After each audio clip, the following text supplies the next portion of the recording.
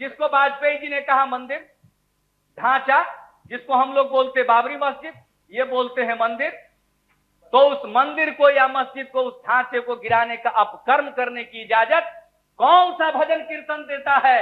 जो नपुंसक भजन कीर्तन आप गाते रहे और ठर्रे में हनुमान सियावल रामचंद्र की। अगर इनका बस चले तो इस पूरे संसद को मठ में बदल दें, लेकिन जब से हम लोगों ने मंडल लाया तो इन्होंने सीधे राम की बात सुनी। मान्यवर धर्म की ये मर्यादा रही है कि जो यहाँ नहीं है उनके नाम नहीं लिए जाए। कुछ लोगों के नाम लिए जो उचित नहीं है, मान्यवर कार्रवाई से निकलवा जाए। तो इस सदन में कहीं भगवान राम है कि रोज रोज हम उनकी चर्चा कर रहे हैं?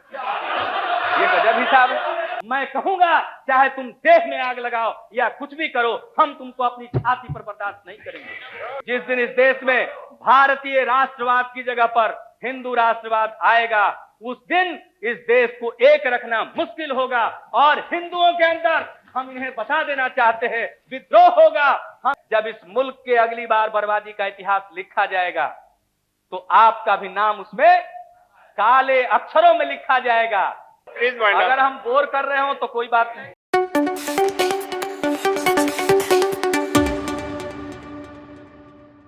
संजय सिंह के राम हराम वाले बयान के ऊपर अगर इतना बवाल हो सकता है, इतना बवाल कट सकता है, तो फिर नीतीश कुमार के 1992 वाले उस बयान पे क्यों नहीं बवाल मचा या मच रहा है अभी भी, जिसमें उन्होंने कार सेवकों के द्वारा की जा रहे भजन कीर्तन, जो कि उसी राम मंदिर के निर्माण आंदोलन को लेकर के उन्होंने एक कमेंट किया था कि ये नपुंसक भजन कीर्तन करने वाले लोग और ये अधर्मी लोग, उसके ऊपर कोई क्यों बवाल क्यों नहीं मचा रहा है? हो सकता है कि आपने अभी तक वो वीडियो नहीं देखा होगा, तो हम वो भी वीडियो दिखाएंगे और उसके साथ साथ हम आपको वो भी वीडियो दिखाएंगे जो 2017 में, उस समय हालांकि बीजेपी के नेता अब हैं वो अग्रवाल जी, नरेंद्र जी 18 में ज्वाइन कर, लेकिन 17 में जिसमें बोले थे उस समय सपा में थे, और उन्होंने तो यहां तक बोल दिया था, विस्की में विष्णु बसे, रम में श्री राम, जिनमें माता जानकी और ठर्रे में हनुमान सियावल रामचंद्र की।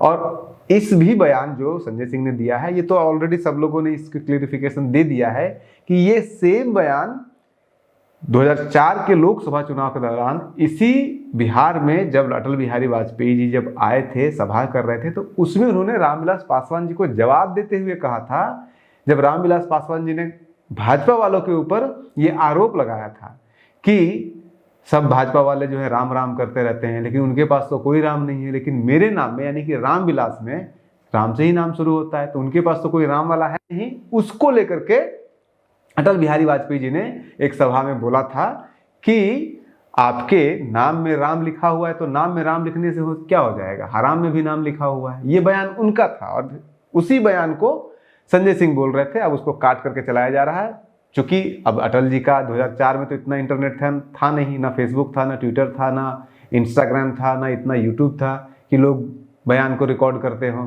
फोन भी नहीं था, स्मार्टफोन, तो इसलिए उसका वीडियो नहीं है, लेकिन खबरों में पड़ा हुआ है वो कई जगहों के ऊपर। इसके अलावा 1994-93 का उत्तर प्रदेश चुनाव देख लीजिए।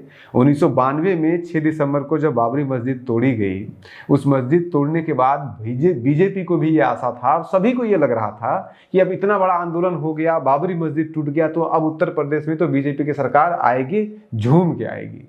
लेकिन जब 93 में चुनाव हुआ तो नतीजा बीजेपी सत्ता से बाहर हो गई। तो उस समय जब सत्ता से बाहर हुई थी, तब सपा वाले, बसपा वाले या विपक्ष वाले ये नारा लगाते थे कि मिले मुलायम कांसी राम, हवा में उड़ गए जय श्री राम। तो भाई वो भी बेइज्जती था, उसके ऊपर भी लेना चाहिए एक्शन, लेकिन उसी मायावती के साथ मिल करके और बीजेपी सरकार बना लेती है, उसी मायावती को सपोर्ट दे देती है बीजेपी। तो ऐसे इतिहास में अगर और खंगालेंगे तो ऐसे बहुत सारे बयान मिल जाएंगे जो आपको लग सकता है कि ये राम के खिलाफ या राम के को अपमानित करने के लिए कहा गया है, लेकिन उनको इतिहास में जाके खंगालना, टटोलना भी जरूरी है। खास करके नीतीश कुमार का हम वो पूरा वीडियो दिखाएंगे जिसमें उन्होंने हिंदुत्व और राम, बाबरी मस्जिद को लेकर के लंबा 45 मिनट का भाषण दिया था, और उस 45 मिनट के भाषण में उन्होंने बखिया उधेड़ दिया था इस तरह के राजनीति करने वाले जो आज भाजपा करती है, हिंदुत्व की राजनीति। यहाँ तक वो उन्होंने कह दिया था कि जिस दिन इस देश में हिंदू राष्ट्रवाद आएगा उस दिन इस देश का बंटवारा फिर से होगा। तो पूरा है, आप खुद वो वीडियो देखिए और उसके बाद आप चाहें तो जो अग्रवाल जी का वीडियो है वो भी देख लीजिए, संजय जी का वीडियो तो आप देख ही चुके हैं, तो आप सीधा वीडियो देखिए। अटल जी घंटा भर गरजते रहे लेकिन बरसे कभी नहीं।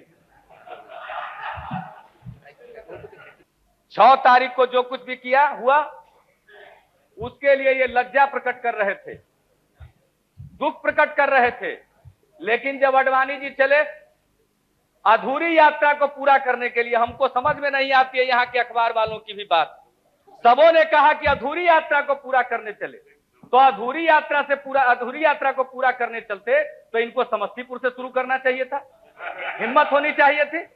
ये सचमुच अयोध्या तक की यात्रा को, अधूरी यात्रा को पूरा करने चले थे तो आडवाणी जी में फिर साहस होना चाहिए था, उसी समस्तीपुर से अपनी यात्रा शुरू करते जहां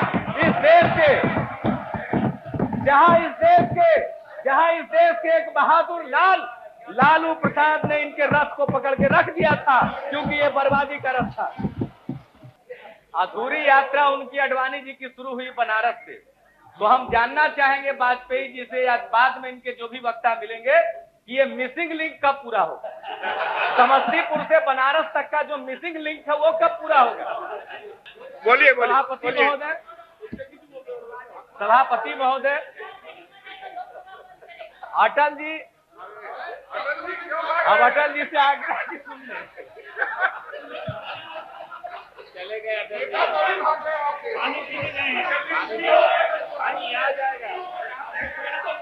मुझको आश्चर्य लगता, 500 आदमी जाकर के मंदिर को गिराने का काम करेगा, और जितनी संख्या रही होगी 1 लाख 1.5 लाख, गुलाम कुमार मंगलम के शब्दों में 2.5 लाख या इनके शब्दों में 4 लाख, पता नहीं जितने लाख जो भी कार सेवक हैं, हर हालत में वो 500 से तो ज्यादा थे जो भजन कीर्तन कर रहे थे। अशोक सिंघल उनका भजन कीर्तन करा रहे थे, एक दिन उनकी भी तस्वीर छपी, भजन कीर्तन कैसे ऐसे मुड़ी घुमा करके उनकी भी तस्वीर छपी थी। जो मोर देन लाइफ साइज तस्वीरें छप रही थी मीडिया में इन लोगों का, और जो मन बहक रहा था, जिसको वाजपेयी जी ने कहा मंदिर ढांचा, जिसको हम लोग बोलते बाबरी मस्जिद, ये बोलते हैं मंदिर, तो उस मंदिर को या मस्जिद को, उस ढांचे को गिराने का अपकर्म करने की इजाजत कौन सा भजन कीर्तन देता है? जो नपुंसक भजन कीर्तन आप गाते रहे और वहां पर उस भजन कीर्तन के खिलाफ सारा काम होता रहा। हमको कोई बहुत माइथोलॉजी का ज्ञान नहीं है, और हम तो मंडल वाले हिंदू हैं सभापति महोदय, हमको इनके हिंदू शास्त्र में तो कोई स्थान है नहीं। हम लोगों की जरूरत तब पड़ती है जब ये संकट में होते हैं। रामचंद्र जी के सभी स्वजनों ने उनको छोड़ दिया और जंगल भेज दिया, और जब उनकी पत्नी का अपहरण कर लिया दुष्ट रावण ने, तो उनकी मदद करने के लिए हम ही पिछड़े शोषित दलित लोग कोल और दिल गए थे। तो जब जरूरत पड़ता है इनको, तब हमारी याद आती है। जरा ये भी बताएं, बड़े धर्माचारी इस संदर्भ में चले आए, अगर इनका बस चले तो इस पूरे संसद को मठ में बदल दें, और अब संसद से ऊपर इनके लिए एक अथॉरिटी हो गई धर्म संसद। मैं नहीं जानता ये धर्म संसद क्या है। उस धर्म संसद के नतीजे का पालन न करे, उसको भी यह धर्म न माने, और उन अधर्मियों को दंडित करने का काम न करें, बल्कि उन अधर्मियों का ये जुलूस निकालें और उत्सव मनाएं। हम लोग तो सुने हैं कि राम की पूजा हनुमान के माध्यम से होती, क्योंकि हनुमान तो बानर मतलब शोषित पिछड़ा। हम लोगों को तो अभी तक फुल ह्यूमन बीइंग नहीं माना जाता ना, हम लोगों को कहा जाता है कि मेरिट नहीं।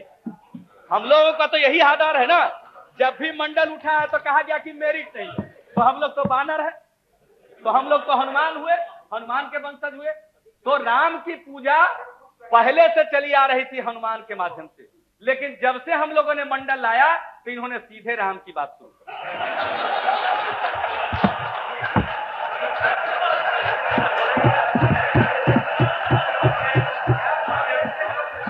बजरंग दल का मतलब उसका मेंबर वही बनेगा जो पिछड़े वर्ग में पैदा हो। लीडर बना दिया कटियार को, लीडर बना दिया उसका कटियार को, लेकिन कब चुनाव हुआ? ये विश्व हिंदू परिषद कहते हैं कि हम हिंदुओं का प्रतिनिधित्व करते हैं, तो हम लोग क्या है? हम लोग क्या है? या तो हमको हिंदू मानो, या तो हमको हिंदू मानो, और नहीं तो खुद कह दो कि तुम हिंदू नहीं हो, क्योंकि मंदिर मस्जिद मंदिर में तो हमको प्रवेश है नहीं, हम तो अछूत है ना। ये विश्व हिंदू परिषद की बात करते, मैं तो कहता हूं करा लो, हिम्मत है तो चुनाव हिंदुस्तान। अरे भैया बात तो पूरी सुन लीजिए करो। विश्व हिंदू परिषद है, तो इस देश के तमाम हिंदुओं के बीच में इसका चुनाव करा लो, तो पता चला सिंघल जी नहीं होंगे, उसके अध्यक्ष बन जाएंगे शरद यादव या रामविलास पासवान।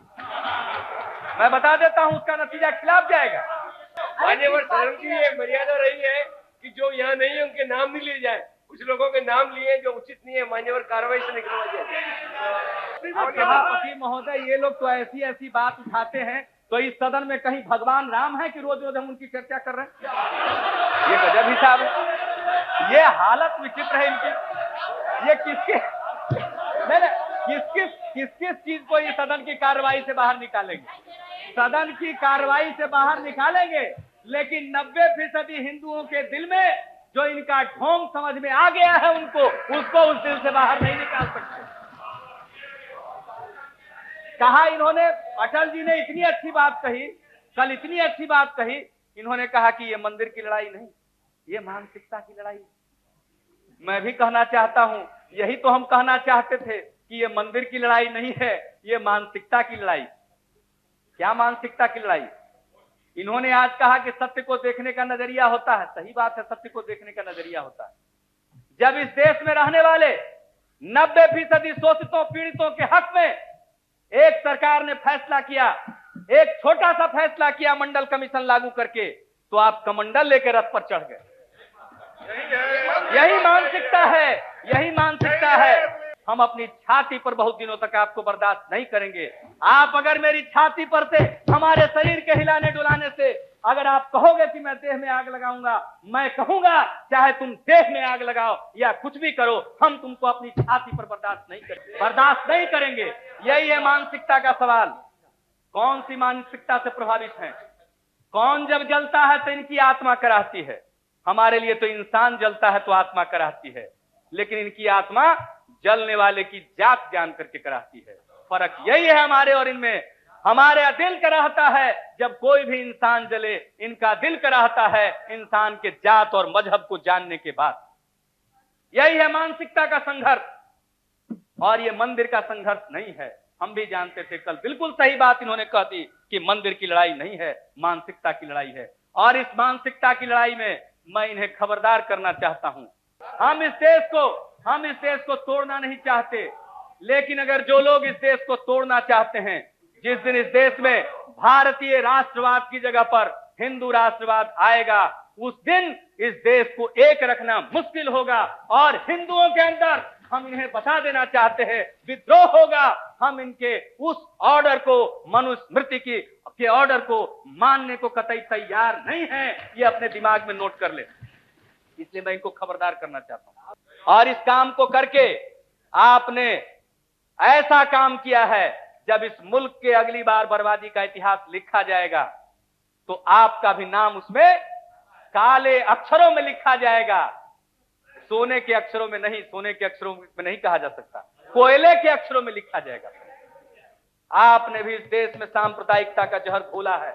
सभापति महोदय, आपने घंटी बजा दी है। अनुशासित सदस्य के नाते मैं ज्यादा समय आपका नहीं लूंगा, लेकिन मुझको बिल्कुल इस बात की आशंका है कि जानबूझ करके इस देश में इस प्रकार की राजनीति होती रही। आज इस देश के अकलियत का आदमी, मुसलमान जो खास करके है, उसके दिल में एक ही बात की चिंता रहती है कि हम अगले दिन हमारी जान की रक्षा होगी या नहीं होगी।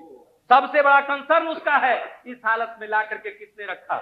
उसकी बेकारी का सवाल, उसकी निर्धनता का सवाल, उसकी गरीबी का सवाल आज उसके सामने नहीं, उसके जेहन के सामने सिर्फ एक सवाल, उसके जान का सवाल रहता है। सारी बातों पर पर्दा पड़ेगा सिर्फ इस अयोध्या के सवाल से। और ये चाहते हैं कि इसी प्रकार से इस मुल्क में ऐसे सवाल हों जो भावनाओं को झकझोरते रहें, और आदमी की जो पेट की भूख है और जो सदियों से चली आ रही मन की भूख है, ऊंच और नीच से जो लोग त्रस्त हैं, उससे उभरने की जो भूख है, उन पर लाठी मार करके उस भूख को फिर से कुंद कर दिया जाए। ये साजिश है भारतीय जनता पार्टी की, और उसमें शागिर्द हैं कांग्रेस आई के लोग। इसलिए हम बताना चाहते हैं, इन दोनों से अलग इस देश में तीसरा रास्ता निकलेगा और निकल करके रहेगा। वो सवेरा आएगा जो इस मुल्क के खुशहाली का सवेरा होगा। इस मुल्क के दुनिया में इज्जत का शासन होगा, और दुनिया में फिर से हिंदुस्तान रोशनी देने की स्थिति में आएगा। इन्हीं शब्दों के साथ मैं अपनी बात समाप्त करता हूं।